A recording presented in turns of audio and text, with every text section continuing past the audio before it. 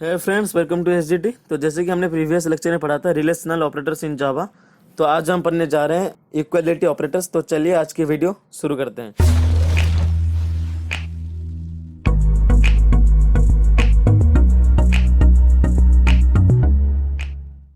तो चलिए देख लेते हैं इक्वालिटी ऑपरेटर होती क्या है। तो सिंपल भाषा में बताएं तो इक्वालिटी ऑपरेटर यूज होता है दो वेरिएबल की जो वैल्यू होती है उसको चेक करने के लिए। तो चेक करने के लिए मतलब ये दो वैल्यू हैं ये सेम है या नहीं। अगर दो वैल्यू सेम है मतलब इक्वल है तो ये ट्रू प्रोवाइड करता है, अगर इक्वल नहीं है तो ये फॉल्स प्रोवाइड करता है, जो कि बूलियन वैल्यू है। तो चलिए देख लेते हैं किस किस ऑपरेटर को हम इक्वालिटी ऑपरेटर बोलते हैं। तो अगर हम बात करें इक्वालिटी ऑपरेटर का, तो पहला ऑपरेटर है वो है डबल इक्वल टू, तो दूसरा है नॉट इक्वल टू। तो यही दो ऑपरेटर यूज होते हैं इक्वलिटी ऑपरेटर को डिफाइन करने के लिए। तो इसका काम ये है, अगर दो वेरिएबल की वैल्यू सेम है मतलब इक्वल है तो ये ट्रू प्रोवाइड करेगा, अगर इक्वल नहीं है तो ये फॉल्स प्रोवाइड करेगा। तो मान लो मैंने यहाँ पर करा a इक्वल टू 10 और फिर मैंने करा b इक्वल टू 10। तो यहाँ पर जो a की वैल्यू और b की वैल्यू सेम है, तो अगर मैं कुछ इस तरह से करा a इक्वल टू b, तो यहाँ पर जो रिजल्ट होगा ट्रू, क्योंकि a की वैल्यू 10 है और b की भी वैल्यू 10 है, तो मतलब ये दोनों वैल्यू इक्वल है, तो ये ट्रू प्रोवाइड करेगा। अगर मैं कुछ इस तरह से करा, मान लो कि मैंने करा a इक्वल टू 10 और b इक्वल टू 20, तो यहाँ पर a और b की वैल्यू सेम नहीं है, दोनों अलग अलग हैं। तो मैंने कुछ इस तरह से करा a इक्वल टू b, तो यहाँ पर कोई एरर शो नहीं करेगा, ये सिंपल शो करेगा फॉल्स, जो कि है बुलियन वैल्यू। अगर तो सिंपल भाषा में बताएं, अगर दो वेरिएबल की वैल्यू सेम है तो ये ट्रू प्रोवाइड करेगा, अगर दो वेरिएबल की वैल्यू सेम नहीं है तो ये फॉल्स प्रोवाइड करेगा। तो देख लेते हैं नॉट इक्वल टू क्या होता है। तो मान लो कि यहाँ पर है a इक्वल टू 10 और b इक्वल टू 20। अगर हमने कुछ इस तरह से करा a not equal to b, तो ये जो स्टेटमेंट है ये सही है क्योंकि a b से इक्वल नहीं है, तो यहाँ पर ये सिंपल ट्रू प्रोवाइड करेगा क्योंकि ये जो स्टेटमेंट है ये सेटिस्फाई हो रहा है। अगर मैंने कुछ इस तरह से करा, यहाँ पर a इक्वल टू b यहाँ पर ट्रू प्रोवाइड कर रहा है, तो मैंने यहाँ पर करा a not equal to b, तो यहाँ पर जो a की वैल्यू था 10 और b की वैल्यू था 10, दोनों वैल्यू सेम है, लेकिन हम यहाँ पर जो स्टेटमेंट प्रोवाइड कर रहे हैं वो है a not equal to b, जो कि गलत है, तो यहाँ पर ये फॉल्स प्रोवाइड करेगा। तो सिंपल था ये इक्वालिटी ऑपरेटर। तो मैं फिर से बताता हूँ, इक्वालिटी ऑपरेटर यूज होता है दो वेरिएबल की वैल्यू को चेक करने के लिए। अगर दो वेरिएबल की वैल्यू सेम है मतलब इक्वल है तो ये ट्रू प्रोवाइड करता है, अगर दो वेरिएबल की वैल्यू सेम नहीं है तो ये फॉल्स प्रोवाइड करता है। तो ये था एक सिंपल सा डेफिनेशन इक्वालिटी ऑपरेटर के बारे में। तो चलिए कुछ लूप होल के बारे में डिस्कस कर लेते हैं। तो मैंने देखा कि बहुत सारे ट्यूटोरियल से ऐसे लिखा है कि जो रिलेशनल ऑपरेटर है और इक्वालिटी ऑपरेटर है दोनों सेम है, लेकिन ऐसा नहीं है, क्योंकि जो रिलेशनल ऑपरेटर है तो उसको हम बुलियन डेटा टाइप के लिए यूज नहीं कर सकते हैं। अगर आप कैसे कर रहे हो relation operator true greater than true, तो ये एरर ही शो करेगा क्योंकि हम रिलेशनल ऑपरेटर को यूज नहीं कर सकते बुलियन डेटा टाइप के लिए। लेकिन अगर मैंने इस तरह से करा ट्रू इक्वल टू ट्रू, तो यहाँ पर कोई भी एरर शो नहीं करेगा क्योंकि ये इक्वलिटी ऑपरेटर है। तो ये एक डिफरेंस है रिलेशनल ऑपरेटर और इक्वलिटी ऑपरेटर के बीच में, कि हम रिलेशनल ऑपरेटर को बुलियन डेटा टाइप के लिए यूज नहीं कर सकते, लेकिन हम इक्वलिटी ऑपरेटर को बुलियन डेटा टाइप के लिए यूज कर सकते हैं।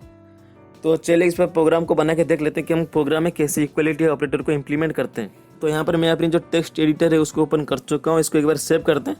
तो मैंने कुछ इस तरह से करा EQUAL1 इक्वल 1 डॉट जावा, तो ये हमारा फाइल का नाम है। तो इसको मैंने सेव करा। सेव करने के बाद जब हम कोड करते हैं तो हमेशा क्लास ही शुरू होती है, तो मैंने यहाँ पर क्लास QA डिफाइन करा। तो क्लास का नाम रखते हैं इक्वल, जो कि फाइल का नाम और क्लास का नाम सेम होती है, तो मैंने यहाँ पर करा इक्वल 1। तो मैंने क्रिएट करा क्लास की बॉडी, तो यहाँ से लेकर यहाँ तक है क्लास की बॉडी। फिर डिफाइन करते हैं मेन मेथड। मैंने कुछ इस तरह से करा पब्लिक स्टैटिक वॉइड मेन, फिर स्ट्रिंग की एरे, फिर ARGS। तो ये मेन मेथड डिफाइन कर चुका हूँ। तो एक बार मेन मेथड की बॉडी क्रिएट कर लेते हैं। तो यहाँ पर मेन मेथड की जो बॉडी है वो है यहाँ से लेकर यहाँ तक। तो ये एक सिंपल स्ट्रक्चर है जावा की प्रोग्राम का, तो मतलब हम इसको स्केलेटन भी बोल सकते हैं जावा की प्रोग्राम का। तो मैंने यहाँ पर कुछ इस तरह से करा simple system dot out dot print, तो मैंने यहाँ पर करा system dot out dot print 10 equal to 10, जो कि सही है। ये जो कंडीशन है सेटिस्फाई हो रहा है क्योंकि 10 जो है 10 से इक्वल है, इसमें कोई भी कंफ्यूज होने वाली बात नहीं है, क्यों यहाँ पर 10 जो है 10 से इक्वल है। तो यहाँ पर आउटपुट जो है ट्रू होना चाहिए। तो आउटपुट क्या होता है, तो हम यहाँ पर आउटपुट की बात करें तो आउटपुट ट्रू होना ज़रूरी है। तो चलिए इसको एक बार कंपाइल और रन करके देख लेते हैं कि आउटपुट क्या शो हो रहा है। तो मैंने इसको एक बार सेव करा। तो सेव करने के बाद जो CMD उसको ओपन करते हैं। तो मैंने यहाँ पर करा CMD तो यहाँ पर जो CMD ओपन हो चुका है, तो इसको एक बार कंपाइल करते हैं। तो जो कमांड है वो है जावा सी और फाइल का नाम है equal1.java। तो ये बिल्कुल कंपाइल हो रहा है, इसमें कोई भी एरर नहीं है। इसको रन करते हैं। तो मैंने करा जावा और क्लास का नाम। तो यहाँ पर जो आउटपुट शो हो रहा है वो है ट्रू, क्योंकि हमने 10 से 10 को कंपेयर करा था जो कि इक्वल है। तो यहाँ पर ट्रू ही शो हो रहा है, मतलब आउटपुट सही है। तो अगर मैंने यहाँ पर करा 10 इक्वल टू 20, तो मान लो मैंने यहाँ पर करा 10 इक्वल टू 20, तो यहाँ पर जो 10 है वो 20 से इक्वल नहीं है। तो यहाँ पर जो आउटपुट शो होना है वो है फॉल्स। तो एक बार देख लेते हैं कि ये फॉल्स शो हो रहा है कि नहीं। तो मैंने इसको सेव करा, तो कंपाइल करते हैं। तो कंपाइल हो रहा है, कोई भी एरर नहीं है। तो रन करने के बाद जो आउटपुट शो हो रहा है वो है फॉल्स। तो यहाँ पर जो आउटपुट है वो सही है, क्योंकि 10 20 से इक्वल नहीं है, जो कि 10 और 20 दोनों अलग अलग हैं, तो इक्वल नहीं है। तो यहाँ पर फॉल्स ही शो कर रहा है। तो कुछ इस तरह से हम इक्वलिटी ऑपरेटर को डिफाइन करते हैं। तो मान लो कि मैंने यहाँ पर करा 10 नॉट इक्वल टू 20, तो यहाँ पर जो आउटपुट है वो ट्रू होना चाहिए। तो एक बार इसको देखते हैं आउटपुट क्या शो हो रहा है। इसको मैंने सेव करा, तो कंपाइल करते हैं। कंपाइल हो रहा है, कोई भी एरर नहीं है इसमें। रन करते हैं तो ट्रू ही शो हो रहा है, क्योंकि 10 20 से इक्वल नहीं है। तो जो हमारा स्टेटमेंट है, जो भी हमारा कंडीशन है वो सही है, सेटिस्फाई हो रहा है। तो इसलिए यहाँ पर ट्रू ही शो कर रहा है। तो अगर मैं रिलेशनल ऑपरेटर की बात करूँ, हम रिलेशनल ऑपरेटर में जो भी बुलियन वैल्यूज होते हैं उसको हम यूज नहीं कर सकते। एक बार करके देख लेते हैं एरर क्या शो कर रहा है। system.out.println ट्रू ग्रेटर देन, वही ट्रू कर लेते हैं। तो यहाँ पर इस लाइन का कोई मतलब ही नहीं बनता। ट्रू से बड़ा है तो कोई मतलब ही नहीं बनता, इसलिए ये एरर ही शो करते हैं। एक बार एरर देख लेते हैं। तो इसको एक बार मैंने कमेंट कर रहा हूँ ताकि कोई कन्फ्यूजन क्रिएट ना हो। तो इसको एक बार सेव करते हैं। तो कंपाइल टाइम एरर आएगा ही आएगा। तो यहाँ पर कंपाइल टाइम एरर शो रहा है bad operand types for binary operator. तो यहाँ पर हम कुछ इस तरह से यूज नहीं कर सकते, क्योंकि रिलेशनल ऑपरेटर है। हम रिलेशनल ऑपरेटर में बुलियन वैल्यू का यूज नहीं कर सकते, लेकिन हम इक्वलिटी ऑपरेटर में बुलियन वैल्यू का यूज कर सकते हैं।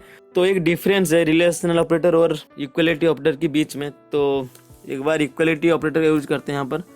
तो मैंने करा ट्रू इक्वल टू ट्रू, जो कि बिल्कुल सही है।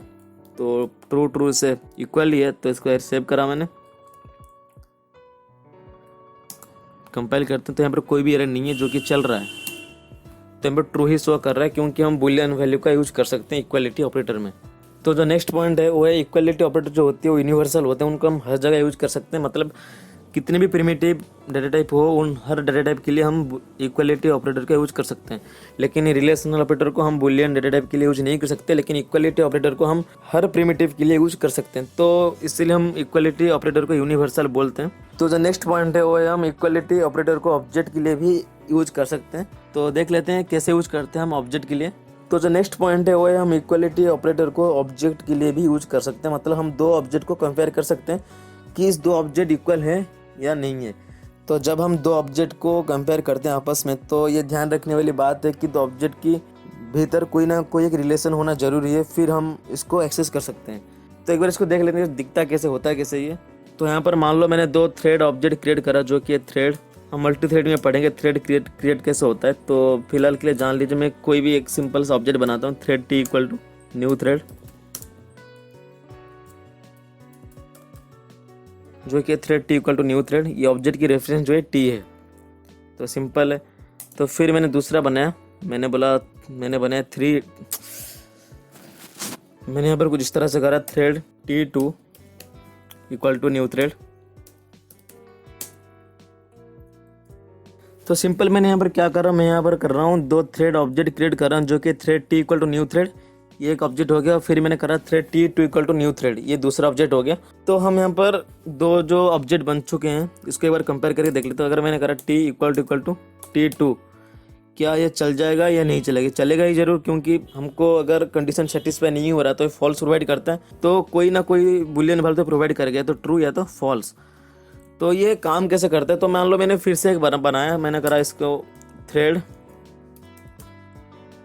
T3 इक्वल टू T2 या T कर लेते हैं। तो यहाँ पर मैंने करा तीन थ्रेड ऑब्जेक्ट बनाया, जो कि thread T equal to new thread, ये एक ऑब्जेक्ट है। फिर मैंने करा thread T2 equal to new thread, ये दूसरा ऑब्जेक्ट है। फिर मैंने करा जो थ्रेड T3 है इसका रेफरेंस और जो T है इसका रेफरेंस दोनों सेम है, तो मैंने यहाँ पर करा t इक्वल टू T2, तो फिर मैंने करा t इक्वल टू T3। तो यहाँ पर क्या शो करेगा, यहाँ पर फॉल्स शो करेगा, ट्रू शो करेगा यहाँ पर। तो यहाँ पर जो आउटपुट है वो फॉल्स ही शो करेगा, क्योंकि देख लेते हैं क्यों शो कर रहा है ऐसा। तो यहाँ पर ये जो ट्रू है यहाँ पर ट्रू शो करेगा। तो क्यों शो करेगा इसके बारे में देख लेते हैं। तो मान लो एक ऑब्जेक्ट है, तो इस ऑब्जेक्ट को जो रेफ़र कर रहा है वो है टी। जो पहला ऑब्जेक्ट है मैंने बनाया उसको रेफ़र करा है टी। तो फिर मैंने दूसरा ऑब्जेक्ट बनाया तो उसको रेफ़र करा है T2। तो यहाँ पर मैंने अपने दो ऑब्जेक्ट क्रिएट करा जो कि thread t equal to new thread. ये ऑब्जेक्ट बन चुका है, तो बन के यहाँ पर जो ये ऑब्जेक्ट मान लो ये ऑब्जेक्ट है, तो इसको रेफ़र करा है T1। तो ये दूसरा ऑब्जेक्ट इसको रेफ़र करा है T2। लेकिन जो तीसरा पॉइंट है वो thread T3 equal to T। तो मतलब ये जो थ्रेड T3 है ये T को पॉइंट कर रहा है, तो मतलब मैंने कुछ इस तरह से करा T3। तो अगर सिंपल भाषा में बताएं तो जो T2 है इसका कोई भी मतलब नहीं है T1 और T3 से, लेकिन जो T3 है T को पॉइंट कर रहा है। तो मतलब ये T3 और T का जो ऑब्जेक्ट है वो एक ही है। तो हम कुछ इस तरह से कर सकते हैं कि यहाँ पर जो T है और T3 है इन दोनों का ऑब्जेक्ट की जो रेफरेंस होती है वो सेम होती है, तो इसलिए यहाँ पर ट्रू शो कर रहा है। लेकिन अगर T और T2 को कंपेयर करें तो लेकिन यहाँ पर देख पाए जो T है उसका अलग ऑब्जेक्ट है और T2 का अलग ऑब्जेक्ट है, तो दोनों इक्वल नहीं है। तो हमेशा जो इक्वलिटी ऑपरेटर है ये हमेशा यूज होता है रेफरेंस कंपैरिजन के लिए। ये एक इम्पोर्टेंट पॉइंट है कि जो इक्वलिटी ऑपरेटर होती है वो रेफरेंस कंपैरिजन के लिए यूज होता है। तो यहाँ पर रेफरेंस कंपेयर हो रहा है। तो पहला ऑब्जेक्ट है T, वो T2 से कोई भी मतलब नहीं है, उसका रेफरेंस अलग है, इसका रेफरेंस अलग है। अगर हम T से T2 को कंपेयर करें तो ये फॉल्स ही प्रोवाइड करेगा, क्योंकि इन दोनों की रेफरेंस जो है अलग है। लेकिन अगर T और T3 की बात करें तो यहाँ पर T की जो रेफरेंस है ऑब्जेक्ट, T3 की भी वही ऑब्जेक्ट रेफरेंस है, तो यहाँ पर इसलिए ट्रू शो कर रहा है। इसको एक बार कोड में देख लेते हैं, हम कोड में इसको कैसे इम्प्लीमेंट करते हैं। तो जैसे हमने वहाँ पर करा था ऐसे यहीं पर कर रहे हैं। तो मैंने कुछ इस तरह से कर इसको हटा रहा हूँ। तो मैंने करा thread T1 equal to new thread. तो ये एक ऑब्जेक्ट बन चुका है, तो फिर दूसरा ऑब्जेक्ट बनाते हैं। Thread T2 equal to new thread. तो ये दूसरा ऑब्जेक्ट बन चुका है। तो फिर मैंने करा thread T3 equal to T1। तो ये तीसरा ऑब्जेक्ट है। तो अगर मैं कुछ इस तरह से करा system dot out dot println, मान लो मैंने करा T1 इक्वल टू T2। तो यहाँ पर मैंने करा system dot out dot println, यहाँ पर मैंने करा T1 इक्वल टू T3। तो यहाँ पर सेमीकोलन क्योंकि स्टेटमेंट है। तो मेरे को एक बात बताओ, यहाँ पर जो T1 है इसका अलग रेफरेंस है और T2 का अलग रेफरेंस है, तो दोनों सेम नहीं है, तो यहाँ पर ये फॉल्स ही प्रोवाइड करेगा। तो जो आउटपुट होगा फॉल्स, क्योंकि दोनों की रेफरेंस अलग है और इक्वलिटी ऑपरेटर यूज होता है रेफरेंस कंपैरिजन के लिए। तो यहाँ पर T1 की रेफरेंस जो है वो T3 की रेफरेंस भी वही है, तो यहाँ पर जो आउटपुट शो करेगा वो है ट्रू, क्योंकि रेफरेंस दोनों की सेम ही है, तो यहाँ पर आउटपुट ट्रू ही शो करेगा। तो इसको एक बार सेव करते हैं, तो कंपेयर करके देख लेते हैं कि एरर आ रहा है कि नहीं या चल रहा है कि नहीं। तो बिल्कुल सही है, इसमें कोई भी एरर नहीं है। तो इसके बाद रन भी करते हैं इसको एक बार। तो यहाँ पर जो पहला कंडीशन है वो फॉल्स है और जो दूसरा कंडीशन है वो ट्रू है, मतलब जो हमने सोचा था वही आउटपुट यहाँ पर शो हो रहा है। तो जो नेक्स्ट पॉइंट है वो है, अगर हम इक्वलिटी ऑपरेटर का यूज करते हैं तो जो ऑब्जेक्ट की टाइप होती है उन दोनों के बीच में कोई ना कोई रिलेशन होना जरूरी है, नहीं तो यहाँ पर हम कंपाइल टाइम एरर शो करेगा। तो एक बार देख लेते हैं रिलेशन होती क्या है, इसको एक बार कैसे डिफाइन करी जाती है। तो यहाँ पर मैंने क्या करा, जो थ्रेड है ये thread T1 equal new thread, ये पहला ऑब्जेक्ट है। ये thread T equal to new thread, ये दूसरा ऑब्जेक्ट है। ये thread T3 equal to T1, ये तीसरा ऑब्जेक्ट है। तो क्योंकि ये तीनों जो ऑब्जेक्ट हैं ये थ्रेडिंग से बिलोंग करते हैं, तो इसलिए यहाँ पर कोई भी एरर शो नहीं करेगा, क्योंकि यहाँ पर कोई ना कोई रिलेशन है इन तीनों ऑब्जेक्ट के बीच में। अगर मान लो मैंने यहाँ पर करा string S1 equal to new string, तो मैंने एक स्ट्रिंग ऑब्जेक्ट बनाया, तो उसमें मैंने कुछ आर्गूमेंट पास करा। मान लो कि मैंने करा ABC, SG कर लेते हैं। तो फिर मैंने करा string S2 equal to new string, फिर मैंने करा SGT। तो मैंने यहाँ पर जो स्ट्रिंग ऑब्जेक्ट उसको क्रिएट करा मैंने, इन सबको मैं कमेंट कर रहा हूँ फिलहाल।